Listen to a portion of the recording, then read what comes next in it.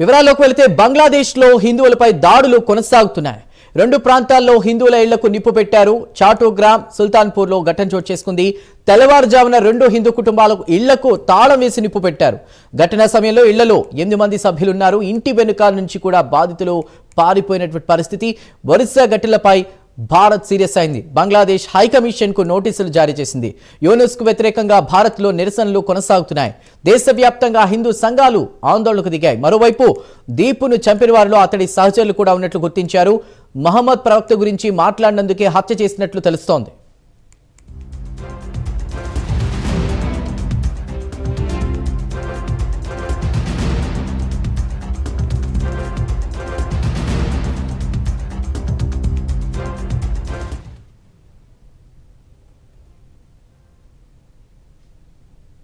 రెడీగా బంగ్లాదేశ్లో హిందువులే టార్గెట్గా కూడా వరుసగా దాడులు కొనసాగుతున్నాయి. ఈరోజు మరొక ఇన్సిడెంట్ చూస్తున్నాం. హిందువులున్న ఒక ఇంటికి కూడా నిప్పు పెట్టే ప్రయత్నం జరిగింది. ఇదే అంశంపై మరిన్ని వివరాలు అందించడానికి మా నేషనల్ బ్యూరో చీఫ్ కళ సిద్ధంగా ఉన్నారు. కళ, బంగ్లాదేశ్లో అసలు ఏం జరుగుతోంది? వరుసగా కూడా హిందువుల్ని టార్గెట్ చేస్తూ కూడా చంపుతున్నటువంటి పరిస్థితి. సో ఏం చెప్తారు? చందు, దాదాపు తెల్లవారుజామున 3:45 ప్రాంతంలో హిందువుల ఇంటికి రెండు నివాసాలకు నిప్పు పెట్టినట్లు, అందులో దాదాపు ఒక ఇంటిలో 8 మంది ఉన్నారు. వారు ఏదైతే నిప్పు పెట్టినటువంటి సందర్భంలో ఇంటి చుట్టుపక్కల ఉండే వాళ్ళందరూ కూడా అరుపులు, కేకలు వినపడడంతో, ఆ సమయంలో నిద్రపోతున్నటువంటి సమయంలో ఒక్కసారిగా కూడా అరుపులు వినపడడంతో వెనకాల డోరుని కూడా పగలకొట్టుకొని బయటికి వచ్చి ప్రాణాలను అరిచేతులు పెట్టుకొని కాపాడుకున్నటువంటిది హిందువులకు సంబంధించినటువంటి మన విజువల్స్ చూస్తున్నాము. అయితే ముఖ్యంగా రెండు కుటుంబాలు కూడా హిందువుల కుటుంబాలు అన్నది ఒక పార్ట్. దాదాపు ఒకవైపు బంగ్లాదేశ్ అంతా కూడా ఇటు దేశవ్యాప్తంగా కూడా నిరసనలు, ఇటు ఇండియాలో కూడా ఏదైతే హిందువుల ఇళ్లపై జరుగుతున్నటువంటి దాడులకు నిరసనగా కూడా ఇక్కడ విహెచ్పి చేపట్టినటువంటి అన్ని ఏరియాస్ లో, అన్ని స్టేట్స్ లో కూడా నిరసనలు తెలుపుతుంది. అయితే ఈరోజు కోల్కతాలో కూడా చాలా అటు బంగ్లాదేశ్ ఎంబసీకి అంత వ్యతిరేకంగా కూడా నినాదాలు ఒకవైపు జరుగుతుంది. కానీ మరొకటి, దాదాపు మనకు ఈ ఘటన జరగడానికి ఇక్కడ బంగ్లాదేశ్ లో అల్లర్లు జరగడానికి మూల కారణమైనటువంటిది హిందువుల ఇండ్లపై దాడులు జరుగుతున్నా అన్నదానికి మెయిన్ మనకు బీజం పడింది ఇక్కడ దీపు ఏదైతే అతన్ని మరణము ఒక భయంకరంగా ఉన్నటువంటి సోషల్ మీడియాలో ఒక ప్రశ్న, దీపు చంద్రదాస్ ఎవరినైతే అత్యంత దారుణంగా అక్కడున్నటువంటి కొంతమంది వర్గం వారు చంపివేశారో, మనకున్నటువంటి సమాచారం ప్రకారం అక్కడ పోలీసులు ఎంక్వైరీ చేశారని, ఆ ఎంక్వైరీలో కూడా అతను నిర్దోషి, ఎలాంటి వ్యతిరేక వ్యాఖ్యలు చేయలేదని తెలిసినప్పటికీ కూడా అక్కడున్నటువంటి ఒక గ్రూప్కి ఆ పోలీసులు అతన్ని అప్పగిచెప్పినట్లు కూడా తెలుస్తోంది. అసలు ఇంకా కారణాలు ఏముంది? కావాలని టార్గెట్ చేసి అల్లర్లు సృష్టించడానికి కూడా ఇలా జరిగిందా? మీ దగ్గర ఉన్న సమాచారం ఏంటి? చందు, దాదాపు మనకు బంగ్లాదేశ్ కి సంబంధించినటువంటి ర్యాపిడ్ యాక్షన్ బెటాలియన్ RAB ఏదైతే సంచలనమైనటువంటి నిజాలు కొద్దిసేపటి క్రితం ప్రకటించింది. ఈ గొడవకు కారణం ముఖ్యంగా ఏదైతే దీపుకు సంబంధించినటువంటి ఒక వస్త్ర వ్యాపారానికి ఒక ఫ్యాక్టరీలో దాదాపు ఒక బ్రాండెడ్ కంపెనీకి సంబంధించిన దాంట్లో పని చేస్తున్నాడు. తనకు నెల జీతము 9,000 రూపాయలు. తన ఒక చిన్న కుటుంబము, మీరు చూస్తూనే ఉన్నారు విజువల్స్ లో, ఒక మంచి అందమైనటువంటి కుటుంబము వాళ్ళది.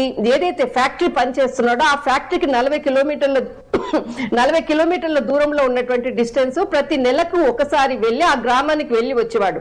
కానీ ఏదైతే ఇప్పుడు మన టైమింగ్ చెప్తున్నాం, ఏదైతే RABకి సంబంధించినటువంటి సమాచారం ప్రకారంగా, పోలీసులు ఇచ్చిన సమాచారం ప్రకారంగా 4 గంటలకు ఎప్పుడు 18వ తేదీ అతడు చనిపోయేటటువంటి రోజు టైమింగ్ తో సహా కూడా కొద్దిసేపటి క్రితము ప్రకటించడం జరిగింది.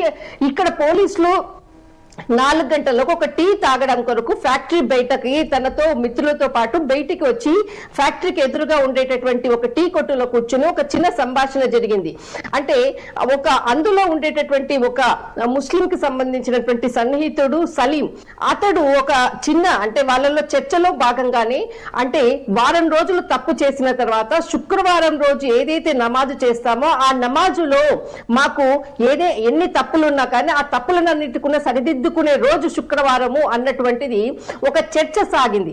అయితే దీనిపై అయితే ఎవరైతే ఇతడు దీపు అనే వ్యక్తి ఉండి ప్రతి మతానికి కూడా కొన్ని మూఢనమ్మకాలు ఉంటాయి అన్నటువంటి విషయాన్ని తను మాట్లాడాడు అన్నటువంటిది కూడా ఈ ఇంటరాగేషన్ లో బయటికి వచ్చినటువంటి నిజాలు.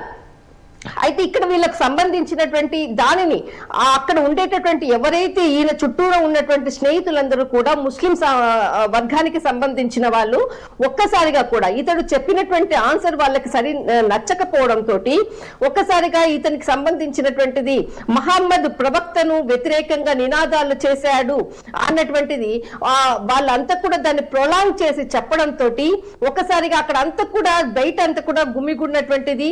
వెంటనే ఫ్యాక్టరీ లోపలికి వెళ్ళి, ఎందుకంటే వాళ్ళందరూ కూడా ఫ్యాక్టరీలోనే పనిచేస్తారు, లోపలికి వెళ్ళిన తర్వాత నువ్వు వెంటనే ఉద్యోగానికి రాజీనామా చేయని ఒత్తిడి చేశారు. అయితే అక్కడ ఇతడు ఒప్పుకోలేదు దీపు. వెంటనే అతన్ని బయటికి లాక్కొని వచ్చి గొడవ పడడానికి సన్నివేశం అంతా కూడా బయట జరుగుతున్నటువంటి సమయంలో మహమ్మద్ ప్రవక్తను వ్యతిరేకంగా చేశాడన్నటువంటి పాయింట్ ని రేట్ చేశారు. దానితో అక్కడ ఉండేటటువంటిది అంటే ఆల్రెడీ ఇక్కడ ఏదైతే హదీకి సంబంధించినటువంటిది కేవలం అంటే కళ, ఇది ఒక ఆరోపణగానే చూడాలా? ఎందుకంటే పోలీసుల ఎంక్వైరీలో కూడా అతడు నిర్దోషి, అలాంటి వ్యాఖ్యలు ఏమీ చేయలేదని తెలిసిన తర్వాత కూడా ఆ గుంపు మాకు అప్పగించవలసిందిగా ఒత్తిడి తీసుకొచ్చినట్లు పోలీసులు అక్కడ మనం చూసినటువంటి చాలా వీడియోస్లో మనం డైరెక్ట్గా చూసాం. అంటే ఎలా చూడాలి? కావాలని ఇలాంటి ఒక అలజడులు సృష్టించాలని అక్కడ ఇలా చేశారా? ఎలా చూడాలి?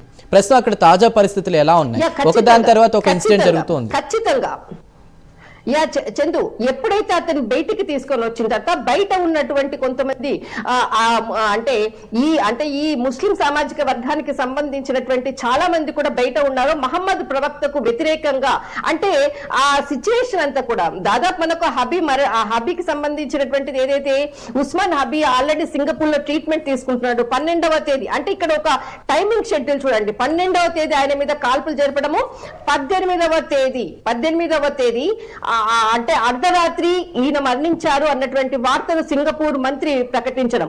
కానీ ఇక్కడ 4 గంటల నుంచి 7 గంటల 50 నిమిషాల మధ్యలో దీపుకు సంబంధించినటువంటి వార్తనే ఇక్కడంతా కూడా ఆల్రెడీ హిందువులకు సంబంధించినటువంటి మీద నిరసనలు ఆల్రెడీ ఎక్కువవుతున్నటువంటి సమయంలోనే ఇక్కడ మహమ్మద్ ప్రవక్తకు వ్యతిరేకంగా చేశారు అన్నటువంటిది ఇతనితో పాటు ఉన్నటువంటి ఎవరైతే అతని సన్నిహితులే దీనిని ఇంకా ఇష్యూని రేజ్ చేసేసి అతని బట్టలు విప్పి నగ్నంగా బయటకు తీసుకొని వచ్చి చంపినటువంటిది. అయితే ఇక్కడ ఒక్కటి చందు, దాదాపు ఏదైతే అర్ధరాత్రి నిరసనలు ఇంతగానో అటు బంగ్లాదేశ్ కానీ ఇటు ఇండియాలో కానీ నిరసనలు పెరుగుతున్న ఎందుకు కారణం అంటే అటు 7 గంటల 45 నిమిషాలకు దీపు మరణ వార్త, తర్వాత అర్ధరాత్రి ఇక్కడ ఉస్మాన్ హబీ మరణ వార్త, ఈ రెండు కూడా ఒకేసారి బంగ్లాదేశ్ లో జరగడంతో ఈ సంఘటన మరింత ఉద్ధృతమైంది.